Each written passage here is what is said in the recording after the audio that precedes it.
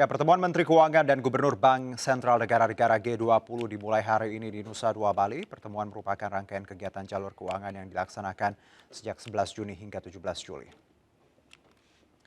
Dalam pertemuan ini, Indonesia sebagai pelaksana presidensi G20 tahun ini membahas 7 prioritas utama, diantaranya adalah ekonomi global, resiko-resikonya, masalah kesehatan global, pembangunan infrastruktur, serta ketahanan pangan. Agenda ini dibahas karena saat ini dunia sedang menghadapi tantangan kenaikan harga pangan akibat situasi geopolitik maupun gangguan rantai pasok.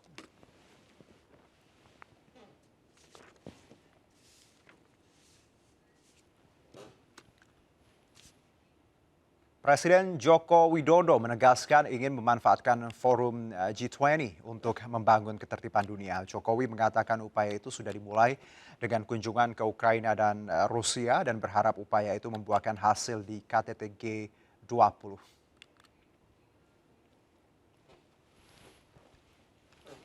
Ya, Presiden mengatakan dirinya telah bertemu dan berkunjung ke Ukraina dan Rusia untuk membawa misi damai akhir Juni kemarin. Presiden bertemu Presiden Ukraina Volodymyr Zelensky di Kiev dan Presiden Rusia Vladimir Putin di Moskow.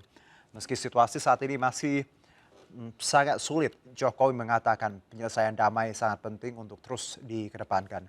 Jokowi mengatakan siap untuk menjembatani komunikasi Putin dan Zelensky.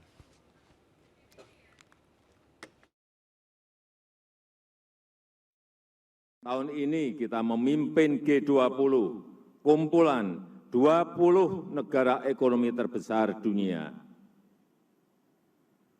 Kita akan manfaatkan peluang ini untuk membangun ketertiban dunia dan kesejahteraan bersama.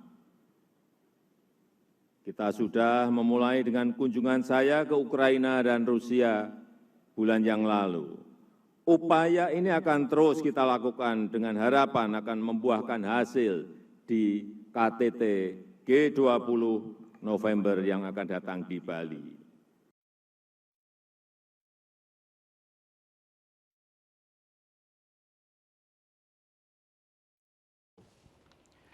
Ya, di tengah sejumlah pertemuan para menteri dan pejabat tinggi negara sebagai rangkaian KTT G20, beragam masalah global terus berlangsung, mulai dari pandemi, hambatan pertumbuhan ekonomi global, peperangan hingga krisis pangan dan energi menjadi pekerjaan rumah negara-negara G20. Kita akan membahasnya dengan Profesor Siti Ruhaini Zuhayatin, tenaga ahli KSP, dan juga Pak Tauhid Ahmad, Direktur Eksekutif Indef. Selamat sore Prof, dan juga Pak Tauhid, apa kabar? Selamat sore Mas, apa kabar? Sehat-sehat ya. Terima kasih sebelumnya untuk Prof dan juga Pak Tauhid. Saya ke Prof terlebih dahulu. Kita tahu Indonesia menegaskan akan terus melanjutkan misi damai Rusia dan Ukraina dan berharap memang G20 ini bisa membawa hasil positif. Kalau bicara mengenai posisi kita sebagai presidensi G20, seberapa besar Prof menurut Anda dampak posisi Indonesia dalam mewujudkan misi damai ini? Pertama kita harus melihat dulu ya bahwa memang masalah perdamaian dunia itu kan merupakan bagian dari amanat konstitusi ya. Jadi ikut serta di dalam membangun perdamaian dunia itu amanat konstitusi. Tetapi kalau secara spesifik kita melihat itu pada isu yang kemarin sudah tentang isu konflik terkini tentang Rusia dan Ukraina, apa yang diupayakan oleh Bapak Presiden ini adalah satu inisiatif, ya, satu inisiatif untuk mendamaikan dua negara sahabat ini.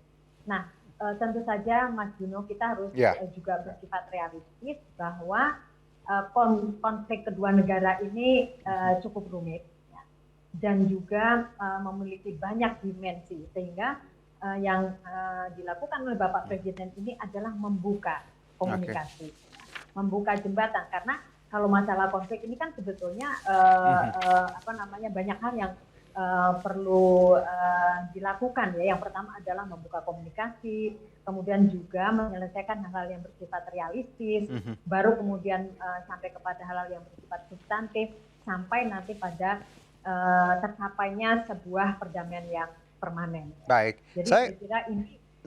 Oke, maaf. Saya ke Pak Tauhid, Prof. Tadi kita sudah dapat poinnya bahwa memang ini ambisi yang tidak main-main, tapi tadi juga kita lihat bagaimana nanti goals-nya seperti apa, end up-nya, karena usaha tetap jalan ya Prof ya, tapi kita Ya. tahu memang kondisi yang agak sulit seperti ini. Kalau saya ke Pak Tauhid terkait em, kita sebagai pemangku presidensi G20 ini untuk tadi menciptakan kedamaian dunia dengan kaitannya terkait bagaimana stabilitas ekonomi dunia. Kita tahu bahwa 2022 ini ekonomi dunia saya baca berada dalam level yang cukup kurang baik. Bagaimana tanggapan Anda, Pak Tauhid?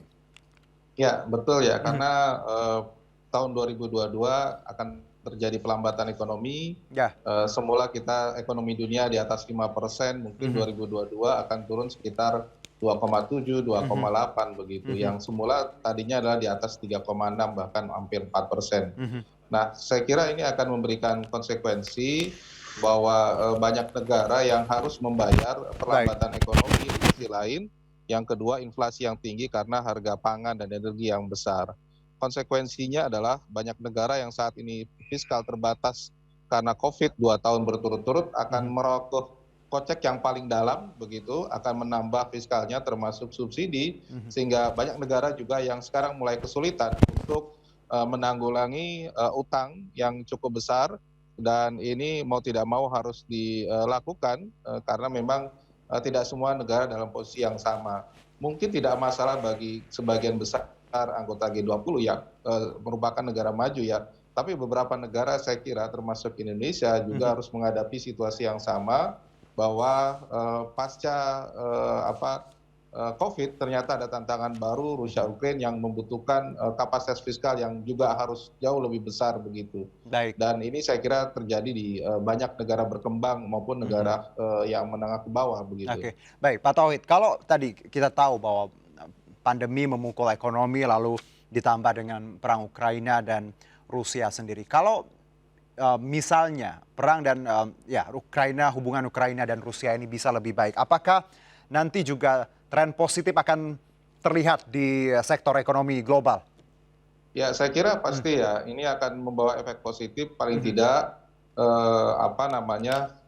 blok-blok untuk masing-masing negara membuka ruang untuk perdagangan bisa dibuka kembali begitu. Restriksi perdagangan akan dibuka kembali baik untuk terutama untuk ekspor gas alam, kemudian gandum dan sebagainya, sehingga ini akan menyebabkan ekonomi mulai pulih, dan ini memberikan optimisme bahwa kalau perang Rusia Ukraine berhenti, maka kegiatan ekonomi patutnya memang bisa tumbuh kembali meskipun tidak waktu cepat ya, karena masih menyisakan problem-problem disrupsi supply chain ataupun mungkin inflasi di beberapa negara yang bukan hanya karena Rusia Ukraine tapi memang karena pemulihan atau permintaan domestik yang cukup tinggi pada beberapa bulan terakhir ini begitu. Baik, saya kembali ke Profesor Ruhaini. Prof, kalau kita tahu bahwa Presiden juga berkali-kali mengingatkan bahwa dampak dari perang Ukraina ini terasa di tanah air terkait dengan harga pangan, karena kita tahu gas alam, gandum itu miliknya Eropa Timur. Ketika ada eskalasi di sini,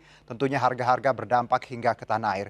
Apakah memang goals-nya ketika Rusia dan Ukraina mulai menjalin hubungan yang baik ke depannya, apakah memang ekonomi Indonesia akan terdampak juga terbantu dengan ini? Bagaimana Istana melihat ini, Prof? Melanjutkan tadi yang disampaikan oleh Pak Tauhid ya, bahwa ini tentu ada kaitannya meskipun sebelum ada konflik Rusia dan Ukraina, jadi, ekonomi dunia juga terdampak oleh pandemi. Jadi dari dampak pandemi itu kita belum cukup pulih, kemudian ditambah lagi dengan konflik Rusia dan Ukraina. Nah, kepentingan Indonesia di samping tadi sudah disampaikan oleh Pak Tauhid tentang masalah gandum, ya, tentang gas dan sebagainya, kita juga mempunyai kepentingan tentang bahan dasar pupuk dari Rusia. Nah, ini kan tentu saja bukan hanya Indonesia, dan misi Bapak Presiden ke Rusia dan juga ke Ukraina sebetulnya bukan hanya kepada Indonesia, tetapi juga kepada negara-negara menengah ya, ke bawah ya, yang Jadi tentu saja kalau konflik ini mengalami deeskalasi, Baik. misalnya dengan bukannya kembali kesempatan ya, dan juga change of export itu kemudian bisa dibuka dan bisa dinormalkan, tentu ini akan banyak membantu negara-negara yang mengalami krisis itu karena pandemi dan juga terhambat ya karena ada konflik dari dua negara ini. Ini adalah satu harus dipahami sebagai sebuah misi global ya, bukan hanya misi Indonesia tetapi misi global, dan kebetulan Indonesia sedang memegang presidensi. Ya, Ibu, ya, Prof, ya maaf kita agak ada sedikit gangguan dengan audionya mungkin, ya. Tadi poinnya sudah dapat, oke. Prof, suara saya jelas, Prof?